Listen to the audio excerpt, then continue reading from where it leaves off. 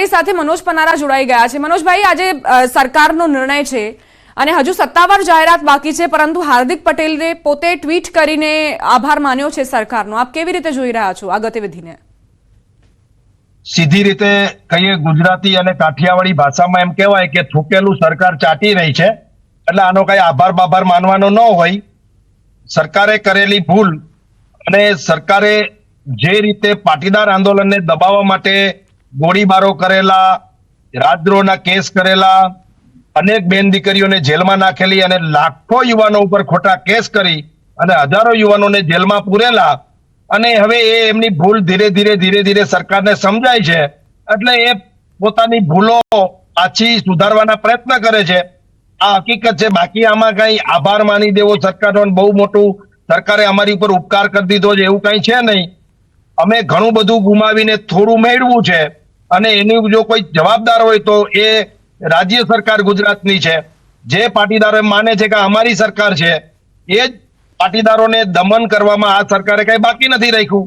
એટલે આમાં કઈ આભાર કે શું કહેવાય પેલું ઉપકાર કે એવું કઈ છે નહીં। સરકાર થૂકેલું ચાટી રહી છે, અને એટલું કહેવાય કે દેર આયે દસ્તુર આયે, મોડું આ સરકારને સમજાણું કે અમે ખોટું કર્યું છે, તો અમારે આ ખોટું કરેલું છે એને થોડું સુધારવું જોઈએ, એટલી વાત છે। બાકી આમાં કઈ બીજું છે નહીં। મનોજભાઈ, આ જે નિર્ણય લેવામાં આવ્યો છે તેને લઈને સમાજમાં બે ફાંટા કેમ નજરે પડે છે? એક વર્ગ એવો છે જે સરકારની કામગીરી બિરદાવે છે, બીજો વર્ગ એવો છે જે આ કામગીરીથી સંતુષ્ટ નથી। આપ કેવી રીતે જોઈ રહ્યા છો? જો કામગીરીથી સંતુષ્ટ છે કે નહીં બીજો વિષય છે, પણ જે વર્ગ આને બિરદાવે છે એ ભારતીય જનતા પાર્ટી સાથે જોડાયેલા નેતાઓ છે, અથવા તો એમના કાર્યકર્તાઓ છે, અથવા તો એમનો સ્વાર્થ આ સરકાર સાથે જોડાયેલો છે, અને સરકારની વિરુદ્ધ બોલવા તૈયાર નથી। બાકી 2015-16 થયેલા કેસ છે, તો આજે 2025 ચાલી રહ્યું છે, 10 વર્ષ પછી આ સરકારને ખબર પડી કે અમે કરેલા કેસ ખોટા હતા, તો આને કેવી રીતે વખાણ કરવા જોઈએ? કેવી રીતે અમને થેન્ક યુ કે આભાર માનવો જોઈએ? ખરેખર સરકારે ખોટા કરેલા કેસ કોર્ટમાં હવે બરાબર ઉભા રહી એમ નહોતા, અને કોર્ટમાં મોટા ભાગના કેસો એન્ડિંગ ઉપર હતા, અને કોર્ટના જ નિર્ણયો આવવાની તૈયારી હતી, સરકારને થપ્પડો પડે એમ હતી કોર્ટમાં, જજો દ્વારા, હાઈકોર્ટ દ્વારા। એટલે સરકારને નક્કી કર્યું કે ભાઈ આ આપણે કોર્ટમાં જ ઠપકો મળે એના કરતા આપણે વાહવાહી મેળવી લે। પાટીદારોમાં એવો એક વર્ગ તો છે જ કે સરકાર એમ કહે ને કે અત્યારે રાત છે, તો રાત પણ કહે ને ખૂબ ખૂબ આભાર। મનોજભાઈ, આભાર તમારો અમારી સાથે જોડાવા માટે। તો પાટીદાર આંદોલનમાં જે કેસ કરવામાં આવ્યા હતા તે પરત ખેંચાવાને લઈને હવે જાણે કે પાટીદાર સમાજમાં જ બે ફાંટા પડ્યા હોય તેવી સ્થિતિ।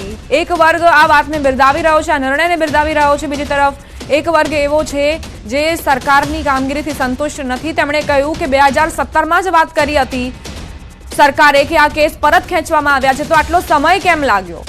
અત્યારે કોર્ટમાં કેસ પૂર્ણ થવાને આરે હોવાના કારણે સરકારે આ નિર્ણય લેવાની ફરજ પડી છે।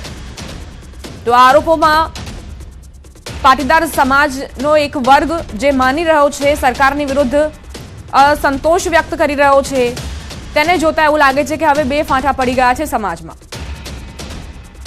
જે કેસ કરવામાં આવ્યા હતા યુવાનો સામે તે પરત ખેંચવાનો નિર્ણય, કારણ કે જે આંદોલન થયું હતું તે રાજ્યવ્યાપી બની ચૂક્યું હતું, ઘણા યુવાનો સામે ગંભીર ગુના દાખલ કરવામાં આવ્યા હતા। એ વખતનો જે સમય છે તે ખૂબ જ કપરો સમય હતો સરકાર માટે, પોલીસ માટે, કારણ કે પાટીદારોએ મન બનાવી લીધું હતું કે અમે આરક્ષણ લઈને રહીશું, અને બીજી તરફ સરકાર પાસે